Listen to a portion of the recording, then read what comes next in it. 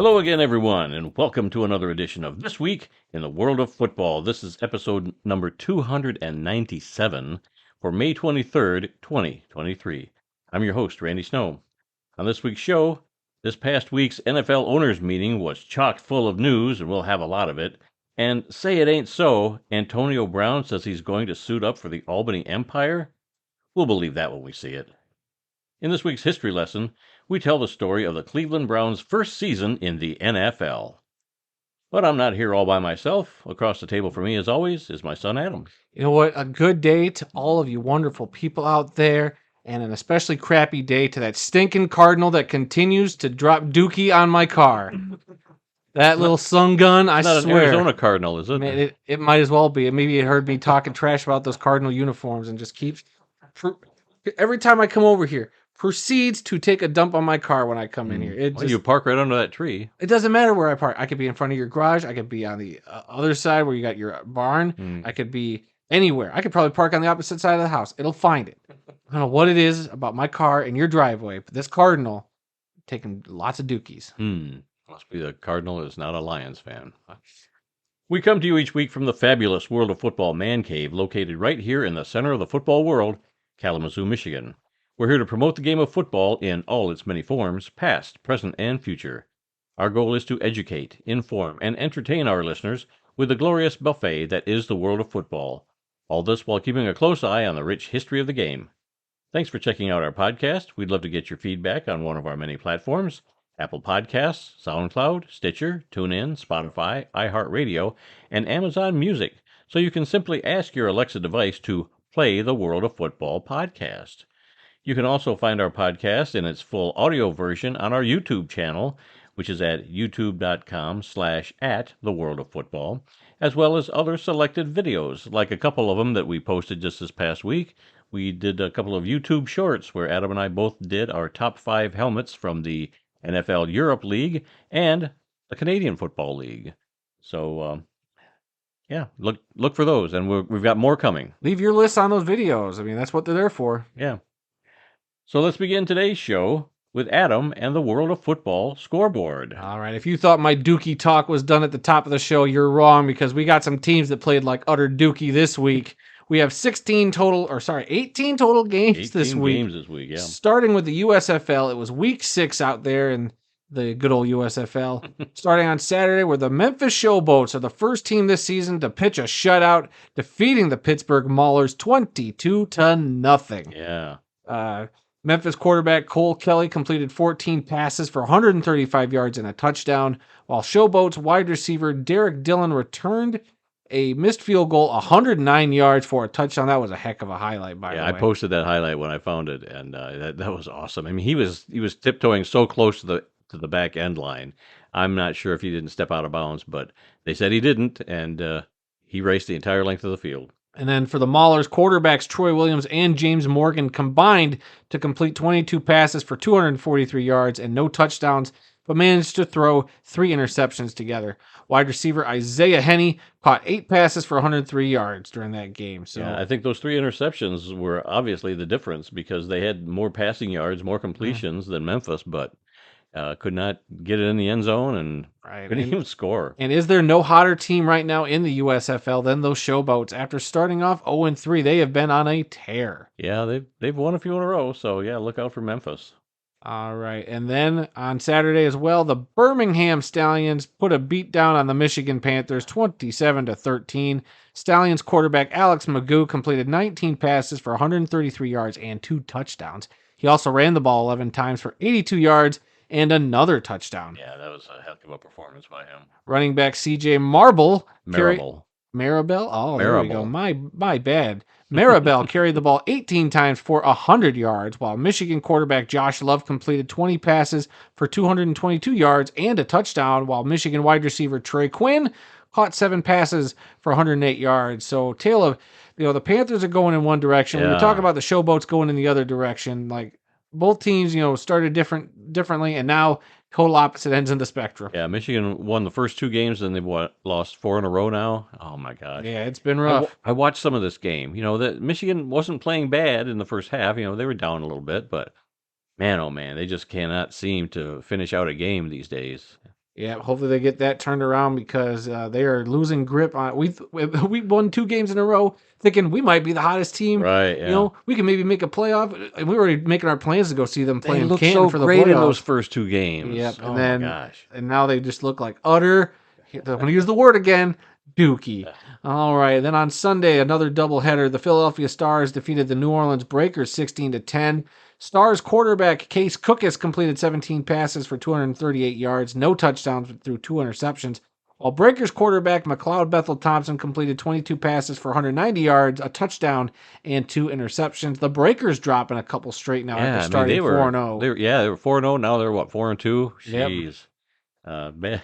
Bad times for New Orleans. It's like this whole league is shifted now. Like the teams we were thinking, okay, it looks like it's going to be the Breakers and the Panthers, and now everything's been flipped upside down in a matter of weeks, which I guess I can't complain about because what do I like? Everybody's still in it. Yep. But what do I like, Randy? Chaos. I love chaos in my football where I don't really have a whole lot of, stake in the game. I mean, I love the Panthers. I root for the Panthers, but at the same time, I guess give me chaos in these spring leagues. I mean, it makes it entertaining. That's the whole point of these leagues. What's going to happen if everybody ends the season at 500? Oh, my God.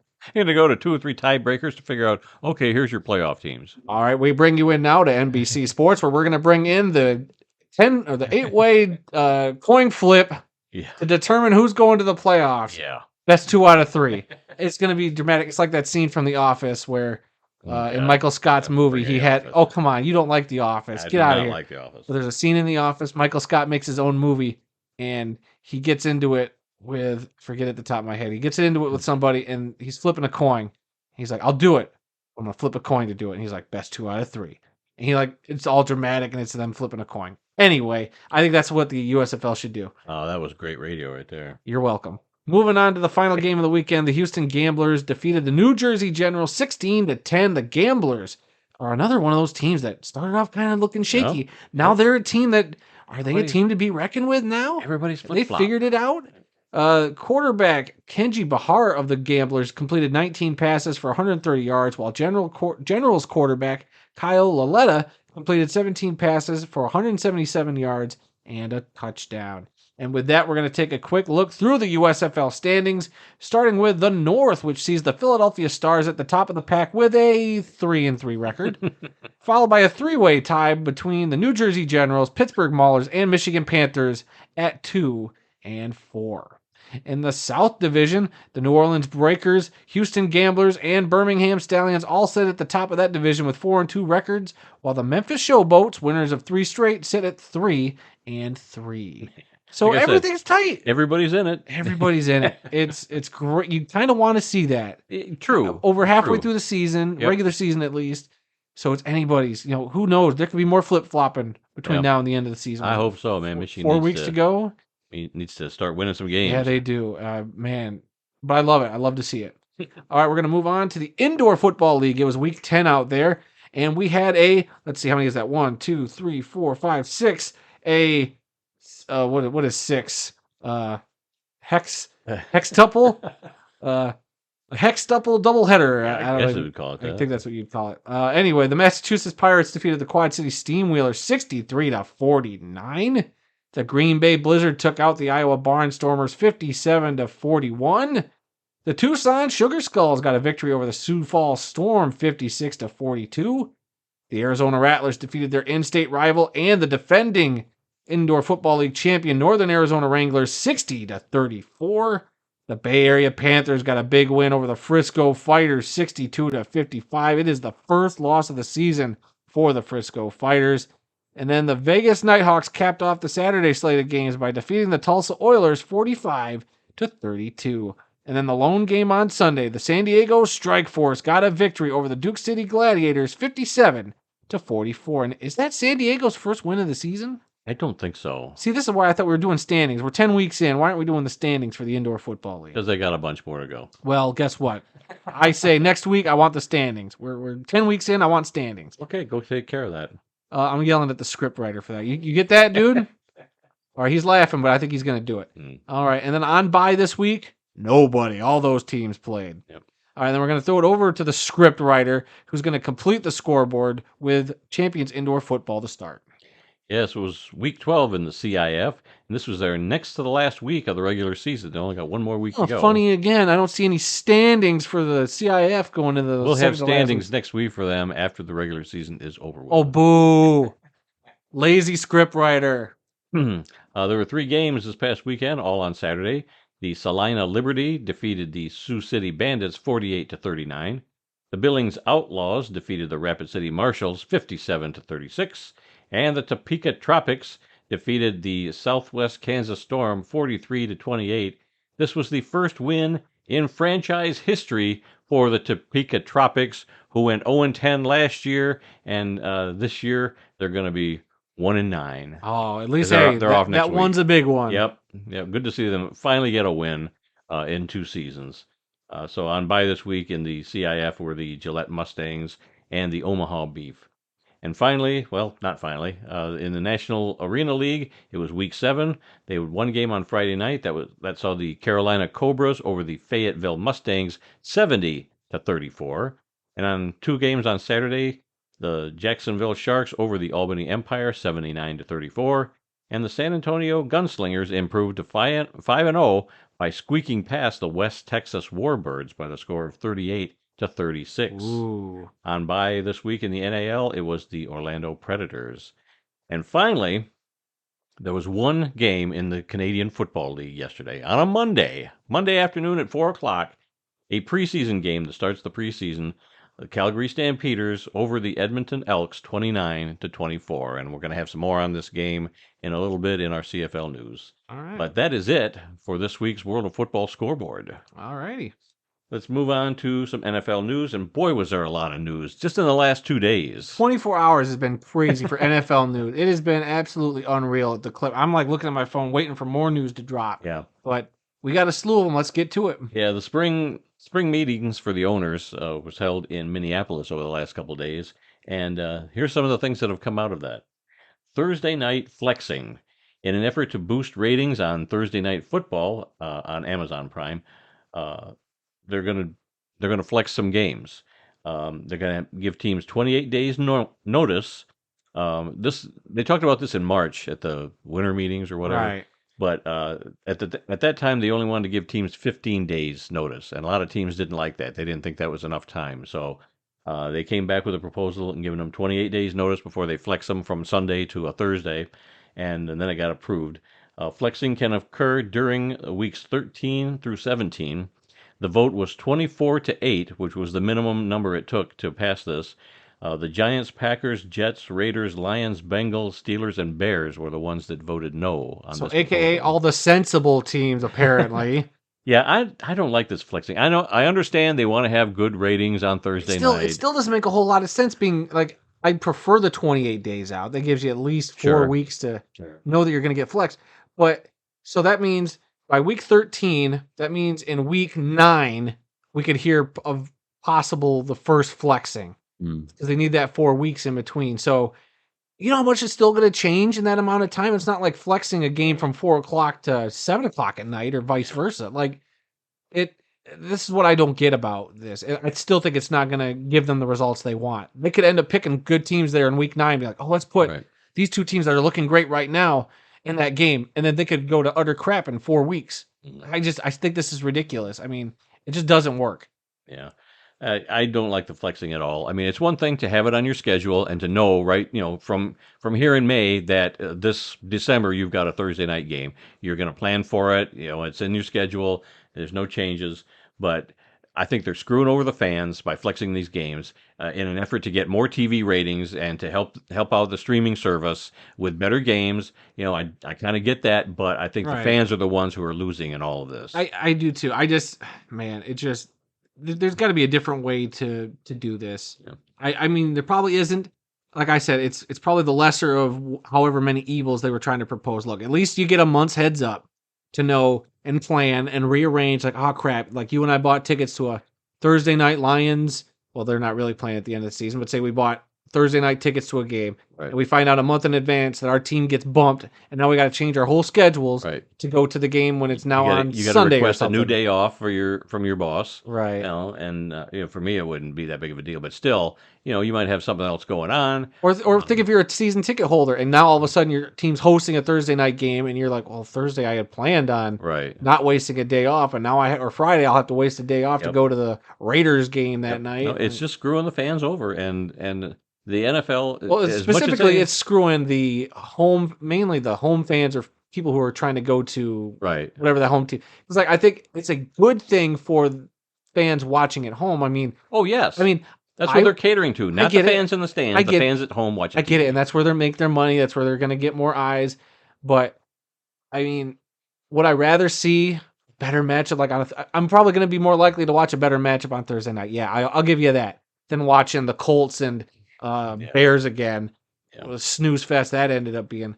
But you know what? I'm also a part, like, live and die by the schedule. We don't know what's going to happen, but the schedule should be the schedule. And I think maybe save it for the last couple weeks. Like, they're doing the last 4 weeks of the season, but still, on a Thursday night, that just seems that's a whole different thing. You should only be flexing your Sunday night, a short Monday week. Night That's hard on the players, but the NFL doesn't care. Yeah. It's hard on the fans. They don't get to go to a game. NFL doesn't care. So I don't like the whole flexing of Thursday night games. And if you don't agree with us, you can send your angry emails and tweets and letters to www.wedon'tgiveatoot@theworldoffootball.com. There you go.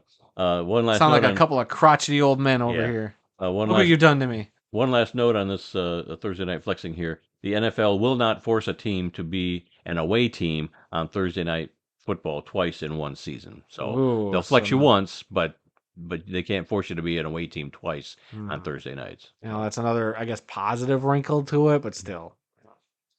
Let's see. Other news that came out. A fair catch on kickoffs will now result in possession beginning at the receiving team's 25-yard line. I think they're trying to...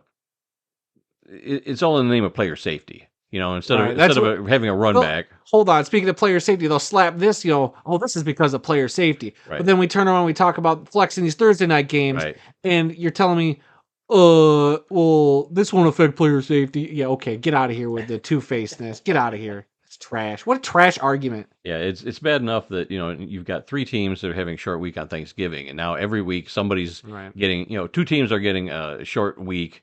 Sure, they get a little extra time afterwards. For one thing, you can say player safety, but then there's this other thing that everybody's saying is clearly, and the players especially, why aren't we listening to them saying this is not good for player safety? And the NFL is just trying to double down on it. That's what gets me. But with this fair catch thing, I feel like some of these spring leagues have done this rule. Like if you what is it? The XFL was doing a fair catch. You get it at the 35. Wasn't that what they were doing? Maybe it wasn't that. Maybe it was the ball went out of bounds. If the ball went out of bounds, yes, then they got it at the 35-yard line. I get kind of not wanting a player to be forced to return it. Like they can comfortably, wave their hand up and get the ball at the 25 no matter what. Whether you catch it at the 10-yard line, you catch it at the 2, you catch it at the 24, you get it at the 25. I don't agree with it. Like, do the halo rule that the XFL used to have back in the day. The CFL does CFL, now. yes. They can't do a fair catch in the CFL, but you have to give the receiver 5 yards to catch the ball before you can get close to him. Yeah. So, I mean, that works perfectly because now he's got a time to catch the ball, control it, take a quick look and see where do I want to go before people are smacking him in the face and he doesn't even know what's going on. But you remember a few years ago when they moved the kickoff way up, so every kickoff went into the end zone. Right, I thought that was supposed to eliminate everything. So there were no returns. So now they've moved it back, and so now there are returns, and now this is their way of getting away with, okay, we're giving you a return, but he can fair catch now, and so, again, we win, no return. Yeah, so I don't know. Like, do teams like, we saw the Patriots doing that thing where they would kick it short of the goal line, so they weren't getting touchbacks. They were making the guy run it out. Are we going to see teams pooch kick it more? To kind of, how can you fair catch a pooch kick? Yeah. You can't. Yeah. So it'll be very interesting to see if that does introduce a wrinkle like that. Yeah. But they say this is a 1-year experiment. Yep. Look, I'm all for trying new things, I guess, but at the same time, this just seems like a pointless addition. Yep. I don't care for it. Let's see another one. An emergency third quarterback rule. Once teams play the designated third quarterback, what they're doing is they're dressing a third quarterback as an emergency player in case the first two quarterbacks get hurt, and he's not actually on the roster. So until he gets activated to go into the game, so he doesn't, the number of players. He's got to either be on your team or on your practice squad or something. He's got to be already under contract. You can't just sign a guy and throw him out there. But so that would make it so much more interesting. You got like that goalie situation in the NHL where Johnny Manziel, come out of the third deck up there and come on down and be our third quarterback. Peyton Manning's just sitting there in the second row. Yeah, Peyton, you come in and play a series. You tell me that would be so entertaining. Or just Joe Schmo, the field goal kicking, garbage picking Philadelphia phenomenon comes out, playing quarterback for the Eagles or something. But no, like I want to see the hockey version, where the goalie was literally just the Zamboni driver who got to dress up in pads and win the game. Give me the equipment manager dressing up as a quarterback and going out there. Or a beat writer. We could get a real-life George Plimpton out there. Let's do that. Yeah. But this was submitted by the Detroit Lions, by the way, and it got approved. But once teams play the designated third quarterback, if their first two get injured, they cannot bring the other two active quarterbacks back onto the field. So it's like, if you're bringing that third guy in, he's your guy for the rest of the game. Right. Once if he gets hurt, now you've got to put in a running back or a wide receiver or somebody that played quarterback in college to finish out the game. Once you break that emergency glass, you can't. Yep. Yeah. Oh, that's kind of rough. Yeah. But I mean, we saw what happened with the Niners. That was rough for them. Yeah. Purdy got hurt and then he came back into the game. So yeah. Then Jake Johnson or Josh Johnson got hurt. The second quarterback. Yeah. So. Yeah. So once they go out or once they get hurt and they bring a third guy in, you can't bring the first two back again. Okay, let's see what else happened. Oh, they said that Green Bay is going to host the 2025 NFL Draft. Congratulations to them. They were the only team to put in a bid for that. So congratulations, you got it by default. You didn't have to beat anybody else out. They're just giving it to you. You're welcome. Right, because Detroit beat them out this year or for the 2024 draft. Now they just get one. Whatever. I think that's fine. I think Green Bay will be a good location. I think and they got a lot of history. We've been to Green Bay. Right. Granted, for me, it's been many years. You went there more recently. Right. They've done a lot to that town, and there's a lot of history there. And that parking lot is huge. They can hold it right in the parking lot. There's so much cool stuff they could do. They could, do it inside Lambeau Field. Like, how cool would that be for some of those players? Like, you get introduced at legendary Lambeau Field. Yeah, but they wouldn't let us step onto the legendary tundra of. Of course, you're not allowed to touch the grass. They'll put a big high rise on there. But no, I think Green Bay makes sense. If there is not a cheese, like a giant piece of cheese, like the Cheese Hat Tunnel or like a Cheese Hat stage, they're missing an opportunity here. I'm just telling you that right up.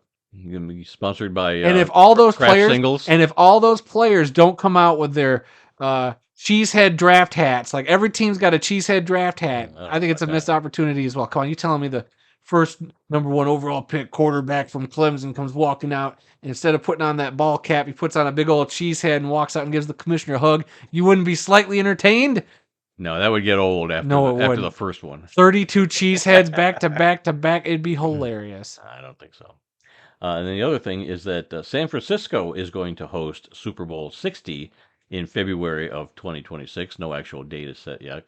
This is the second time that Levi Stadium will be hosting a Super Bowl. The last time was Super Bowl 50. Yeah, I mean, I don't know why San Francisco is getting these. I'll say the major Super Bowl, like the 50 and 60. The first one to kick off a new set of Roman numerals. Roman numerals, yeah. I don't know what the deal is with that, but I mean, congratulations. I mean, I believe it was a nice venue for that Super Bowl. Yeah. So. Yeah. And then the other Super Bowls coming up are Super Bowl 58. After this season is going to be in Las Vegas, and Super Bowl 59 is going to be in New Orleans. So it's going to go Las Vegas, New Orleans, and San Francisco, your next 3 Super Bowls in that order. Something I read today, the sale of the Washington Commanders to a group led by Josh Harris is not yet final. I thought this was a done deal. Man, you see these stories pop up that the deal was done or whatever. Yeah. And now all of a sudden it's not. Like, I was surprised to see this on the rundown. Yeah, they said they still need to look into more of the finances to make sure that they can afford everything that they have the money they say they're going to have. And it may not get done before the start of training camps. So I don't know what's going on anymore. I was I was certain this was a done deal. It was already, See, a lot of us the were. ink was already signed and dry on the paperwork, but no, I guess it's not.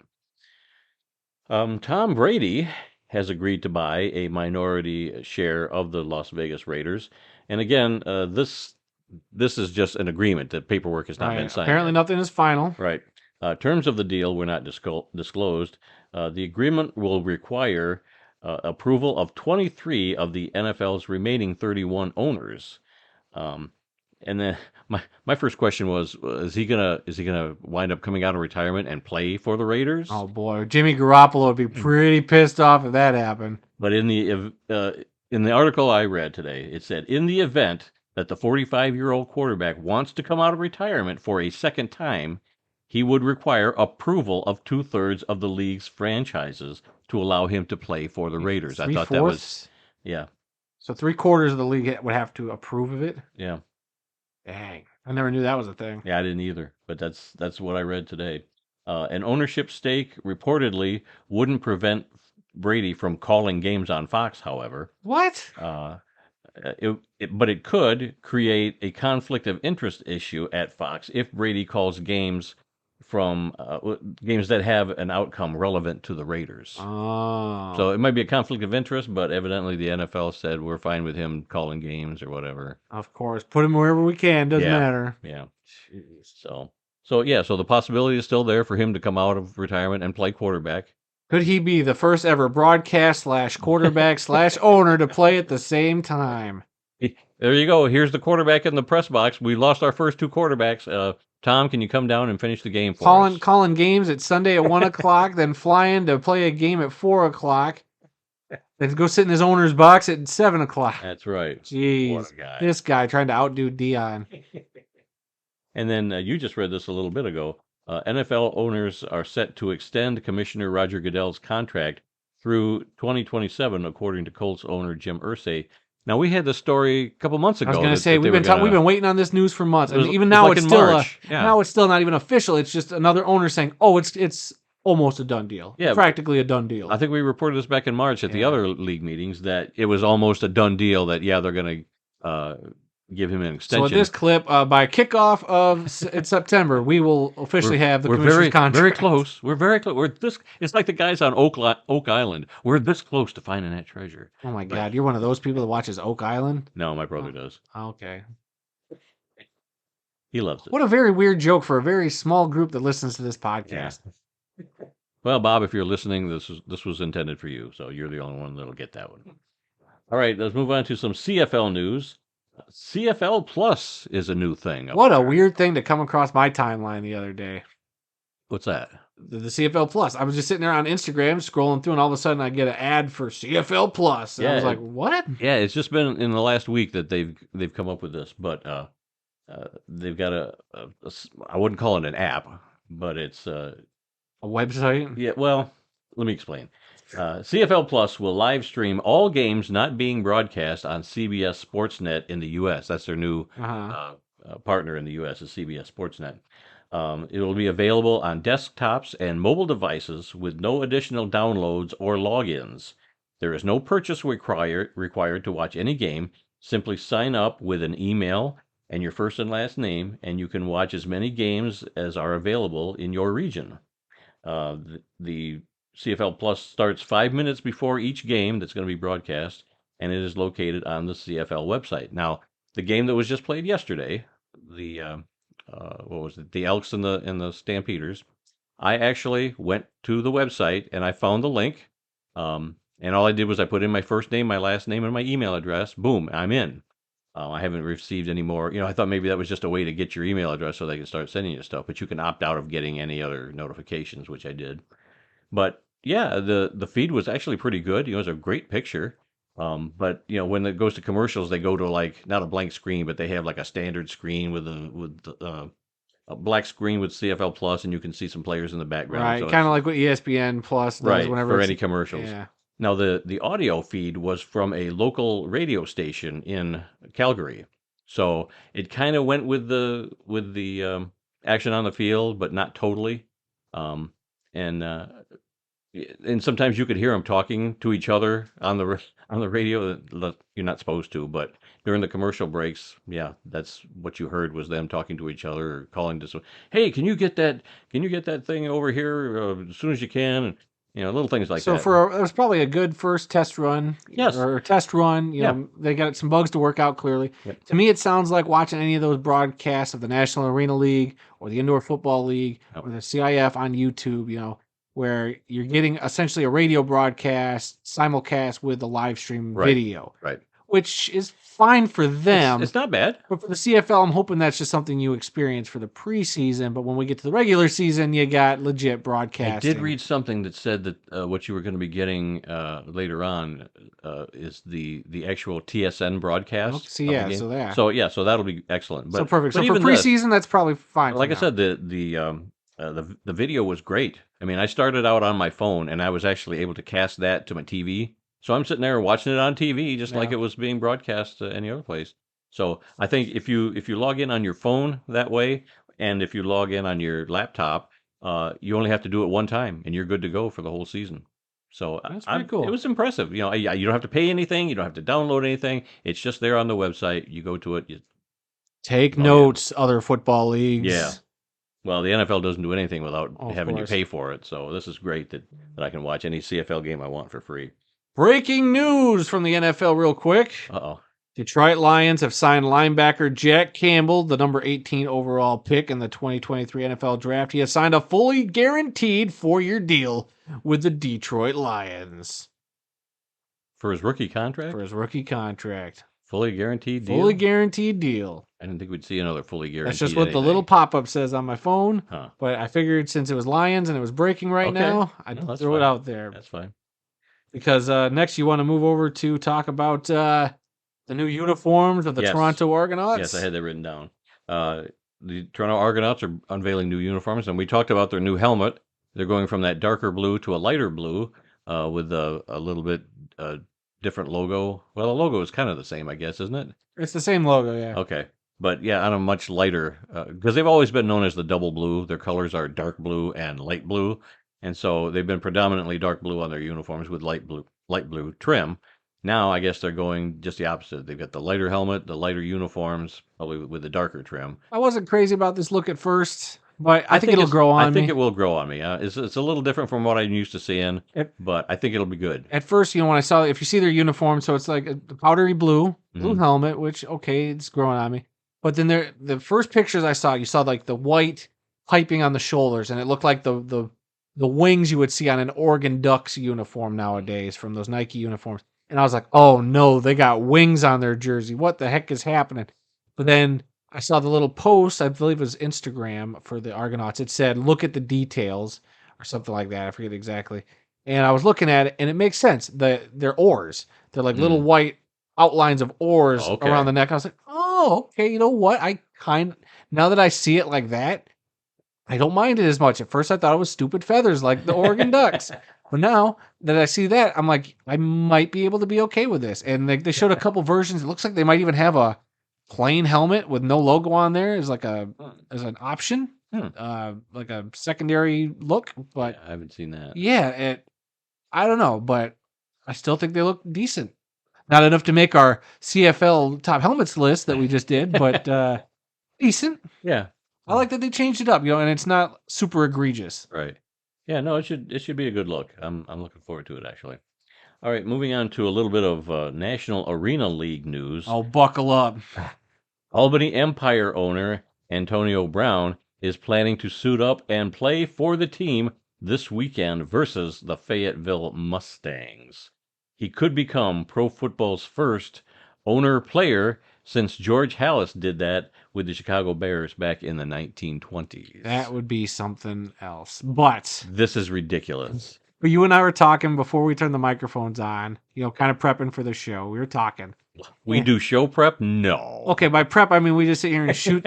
We shoot the Dookie for a little bit. Is this going to be known as the Dookie podcast? This is the Dookie show. Welcome to that. Anyway. But no, we were talking, and I wouldn't be surprised with first off, all the stinking turmoil that's been happening around that organization since this dude has taken. Does he have 50% of the ownership? Does he own all the team? There's all of that drama going on. He's essentially apparently fired the first head coach that won you back-to-back National Arena League titles, and then you weren't paying your players, so some players left. Then your interim head coach left. Now, supposedly, I guess they brought back the original coach. He's back in the fold, and he's also dealing with all his legal stuff outside, the child support case or whatever. I think he's got that all cleared out, but there was... apparently, you found something that said he's legally changed his name and has legally changed his American citizenship. Yeah. So he is a sovereign nation unto himself, in quotes. I can't make this stuff up. It's out there. Look it up. Like, this dude is a certified nutcase. Everything he touches turns to dookie, apparently. And the fact that this man is deciding, he probably doesn't even identify as a man now. I bet he identifies as a lawn chair. I don't know. But he is now saying he's going to suit up, which I think had he been in a better state of mind, I'd be all for. It just sounds like he's going to show up in the outfit and just sit in the owner's box. Gotcha, fans. We've had terrible attendance, and I didn't break my promise. I suited up. I'm just sitting in the owner's box with my uniform and pads on, but I ain't going out to the field. Are you crazy? Like, that's what I feel like is going to happen. It's going to be that kind of shenanigans. I don't think he'd set up in the owner's box. I think he'd be down on the field on the sidelines, but he may not even set foot on the game. That would be worse. Just sitting there on the sideline. People would be throwing stuff at him probably. Get in the game, you bum! We paid $30 for these tickets. Oh man. This is ridiculous. God, you better hope it's not buy one get one hot dog night. Everybody would spare that free hot dog and throw it at him. This is ridiculous. There's been crazy. What was the website I saw that I was showing you? Steelers Nation. Steelers Nation. Yeah, they're the ones that were reporting all these things. This is where I was getting all this information from. So the Steelers are looking at him. That's why I was asking to make sure you fact check some of this, like backtrack where they're referencing their stuff. Mackerel. What the heck's going on? So yeah, it's quite a Dookie show over there. A circus. You can say Dookie show. It's fine.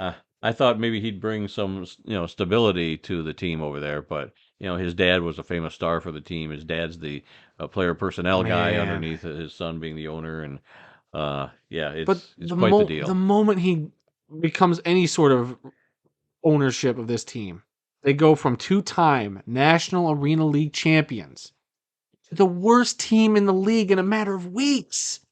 They got blown out 70-30 something this past week. Yeah. And he's going to suit up in a game. Well, the idea, I guess, from what I read, is that he's trying to get back into the NFL. And so I guess this is his way of showing I can still play. Oh, well, thank you for that reminder. And then he tries to supposedly get Cam Newton to come play quarterback from him for the Empire. This is just, what a circus. What a complete and utter circus this is. Antonio Brown, get help, my dude. Like, you were one of the greatest wide receivers in the NFL. And since then, you have fallen off a cliff. You've fallen harder than Mufasa in The Lion King. That is what's happened. And guess what? Mufasa didn't lose any good sense. You did. Jeez. All right. Take a break over there. Get some water. I'm going to hydrate over here. Yeah, and close your mouth for a few minutes. Hey, that's no way to talk to a 50% owner of this podcast. You own 50%. Let's suit up and play. Just watch. You own 50% of nothing. All right, moving on. Lastly, we have some college news. EA Sports is allowing college players to opt in to their new 2024 video game that is scheduled to be coming out next summer. For some participating players, it is possible a face scan of their likeness could be created to put into the game. No word on how much players will receive in compensation for being in the game, but of course they will be compensated. If a player does not want to be in the game, EA Sports could create a generic avatar and a player in the athlete's place. So you're into the video games. Do you think that'll work with the whole NIL thing? And like probably some of the bigger college quarterbacks will have their faces scanned and be in the game so that they can look like themselves, whether they're on the sidelines doing an interview or whatever. But I don't know. I don't play the game, so I don't know how some of these scans work and how their faces look and all that. Oh, am I allowed to talk now? Yeah, go ahead. Okay, well, I mean, it's just like with the current Madden game. For NFL players, like we saw that video of Dan Campbell at the first owners meeting getting his scan. Mm-hmm. So, I mean, I think the scans for the most part I'd probably say 80% are pretty accurate. There's some times where you'll see memes and videos go around of guys going like, "This looks nothing like Kyler Murray," or "This looks nothing like certain players." I can see a scan of a coach because you're going to see his face on the sidelines, but for a player But in with a helmet on, well, there's certain times in the game where, like if you, I'm trying to explain it to a guy who doesn't play video games. So essentially, you can like customize the players. So like for example, in the NFL, if I was messing with the stats of Tom Brady, it would show him in his full CGI version with no helmet on off to the side, and you're adjusting his stats, like his stamina and all that. You can adjust all that. So for these players, I think that's where the bulk where you would see them. Maybe even they could, if they added components to the game, where like they used to have like a dynasty mode where you could play as one particular player and do his whole college career and then go get drafted. You could do that, and there might be instances in that where you could see his face up close at multiple times in the game. And then like, or if you're, say you're playing the game just outright, you're just playing a game against a buddy and you're watching replays, you can zoom in so close to the players, like on a replay, like, oh, let's watch that touchdown pass I threw.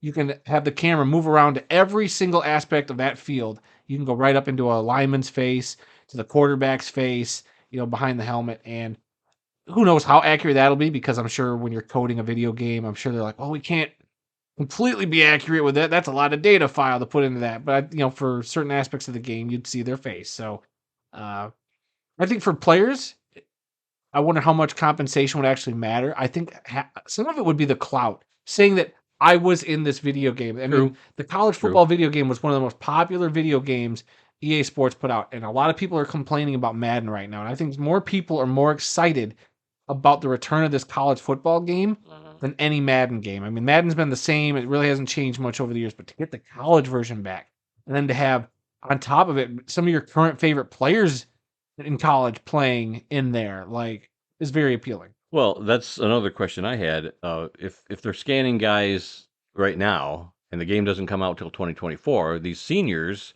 are probably going to be with an NFL team. Will they actually be in the game if they're already in? If they're in the NFL by then, you can still get a scan, and if you're going to be in the NFL, EA would probably already have you scanned in for the EA Sports at that point. I mean, it's the same company making the game, Madden or the NCAA EA Sports game. It'd probably just be something they could have on record, and sure, they could still update it, but they could be like, hey, look, you get drafted, you're already in the system for next year. I don't know how far in advance they would actually do that, but you could probably find videos on all the cool stuff Madden, like that crew actually does, like video game notwithstanding. I'm talking about just the nuts and bolts, like the people who go out there and they do those Madden rating surveys, like they go to the practices, they go to games, and every week they're updating stats. That's why you see players every once in a while be like, yo, Madden, you only got me at a 68 speed. I'm clearly a 75 speed. Like, get out here to practice and watch me. So, like, players do that, and it's kind of fun to see them, do that. But, I mean, from scanning the stadiums and getting all those stadiums really accurate, and they've had those models for years, so it's not like the stadiums change a whole lot. Mm-hmm. But like what Ford Field just had a little bit of a renovation done. Now you bring EA Sports back out, they get a brand new scan. Like, they have to scan that whole stadium and reconstruct that whole stadium again for the game. I just think those aspects are really cool. So I don't know where that tangent was going or coming from. But I think there's a lot of work that goes into these games, and you need as much of that to kind of immerse your players into that world. Because like for you and me being football fans, the moment we see a detail on Ford Field, we're like, I remember when Ford Field was first in a Madden game, it was like, well, it's not totally accurate. They're kind of missing the Pepsi. They couldn't legally have the Pepsi pillar there. It was just a pillar. So it's like, now I think you can get a little bit more accurate with some of that stuff. So it's fascinating to me. And no Pepsi, Coke. Now it's Coke. Yeah, see, now it's Coke. Switch to Coke. Okay, moving on. Today's birthdays. May 23rd, defensive tackle Aaron Donald turns 32 years old today. He played his college football at the University of Pittsburgh and was selected in the 13th. Was selected with the 13th overall pick in the 2014 NFL Draft. Wow, this is terrible. Let me start over again. Defensive tackle Aaron Donald turns 32 years old today. He played his college football at the University of Pittsburgh. He was selected with the 13th overall pick in the 2014 NFL Draft by the St. Louis Rams. He played 9 seasons so far, all with the Rams, and won Super Bowl 56 2 years ago. Why couldn't I do that the first time? I don't know, but it's a good thing we're live. Yeah. Or sorry, I don't go back and edit. Oh, you're not going to cut that out? I'm not going to go back and edit All right, that. Nope. All right, moving on to obituaries. We have 3 of them today.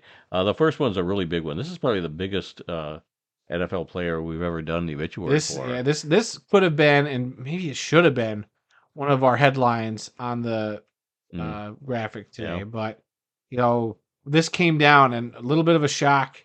Yeah, and, it was. And I mean, what weird coincidence that this is the week you're doing your Cleveland Browns. Yes.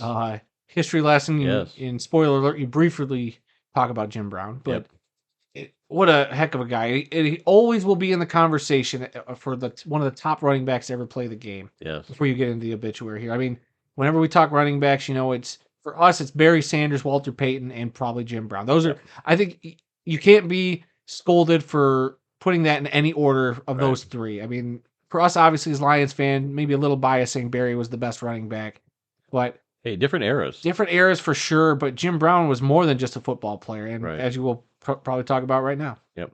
Yeah, Jim Brown is a Hall of Fame running back in the NFL for 9 seasons, has passed away at the age of 87. Brown played college football and lacrosse at Syracuse and was selected with the 6th overall pick in the 1957 NFL draft by the Cleveland Browns.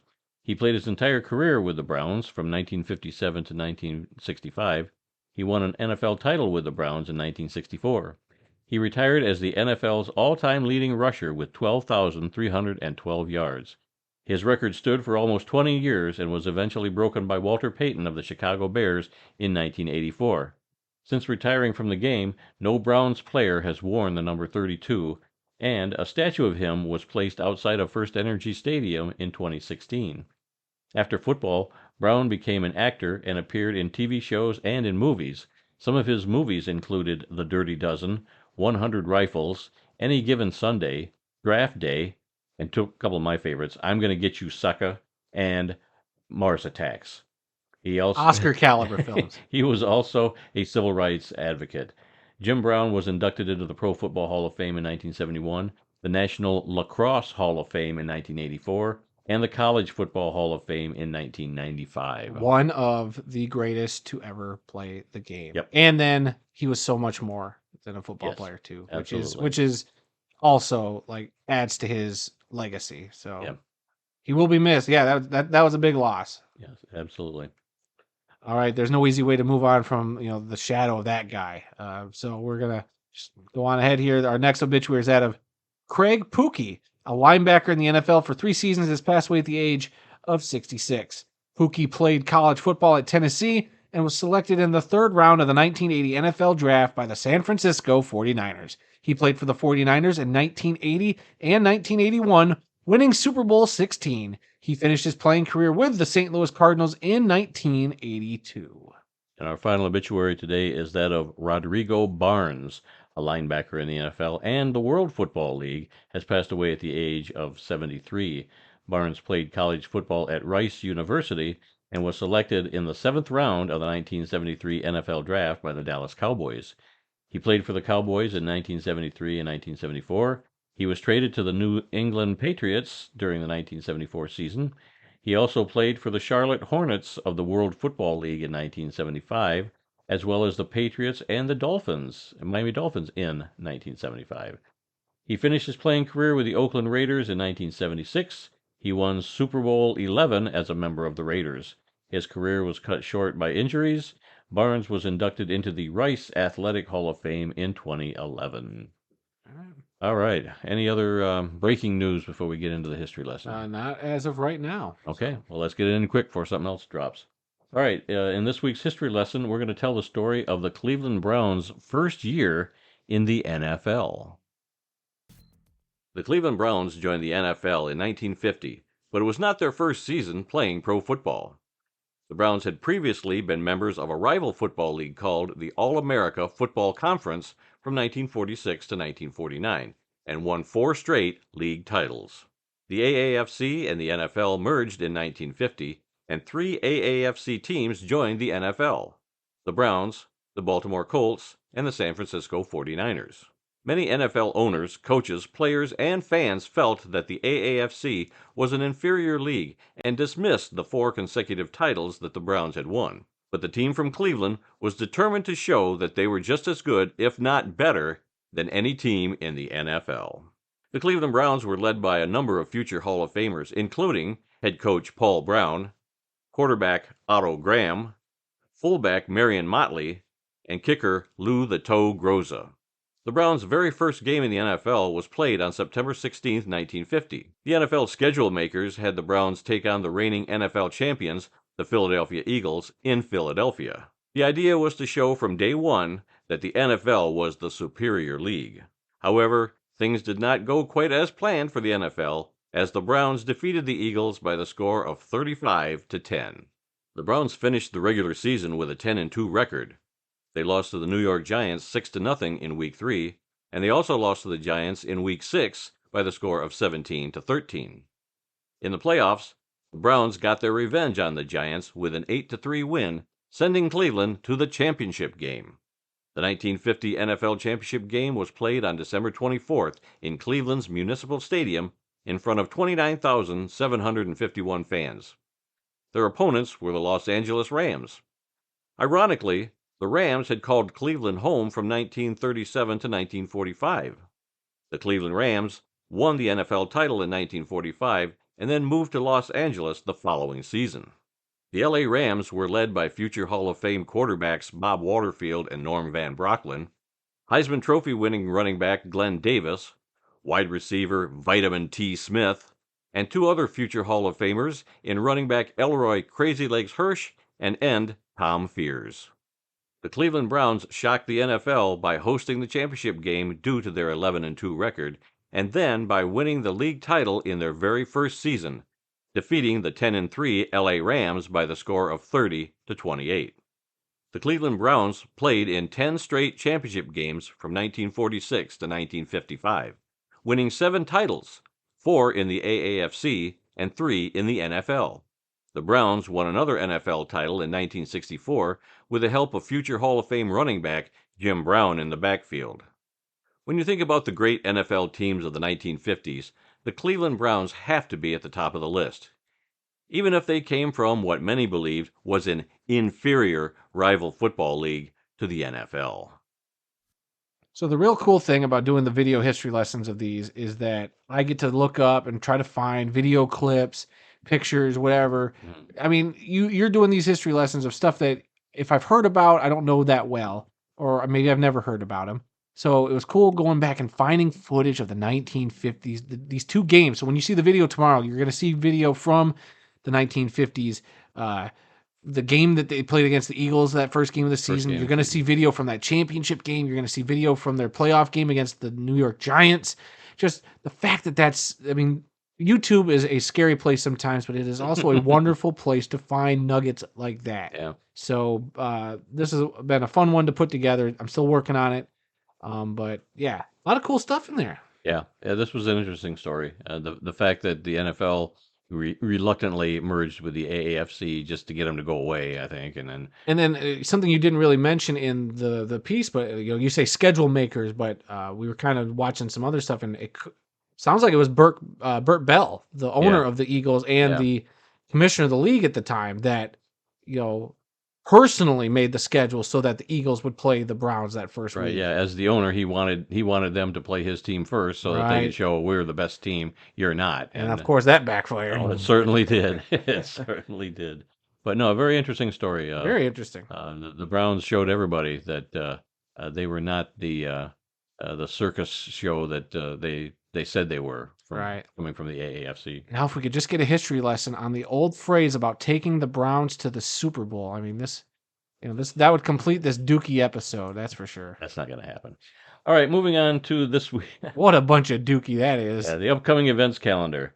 Thursday, June 8th, the CFL regular season begins with a game between the British Columbia Lions and the Calgary Stampeders. That's only 16 days away, folks. Oh, CFL regular season. So exciting. Here. I mean, we talked about the score from the first preseason game today. I don't know if we'll report on the other preseason games. Yeah, scores. we generally don't like to talk preseason. Right, but we'll be back with the CFL in 2 weeks when they start the regular season. Let's see. Thursday, August 3rd, the Pro Football Hall of Fame game in Canton, Ohio. The Cleveland Browns. Of course, that'll be. Sorry. Versus the New York Jets. I said, of course, that'll be the one NFL game we probably talk about in the preseason, and then the rest will be, and we're going to ignore everything else. Right, yeah. And then the last thing on our upcoming events calendar is Thursday, September 7th. The NFL regular season begins with the Detroit Lions at the Kansas City Chiefs on a Thursday night. Yeah, and then I think I saw a post today that the Western Michigan Broncos said today was 100 days till kickoff for them. So I don't know if that meant their first home game or just kickoff of the season in general. I would assume it means the season in general, but it's going to be fall before we know it.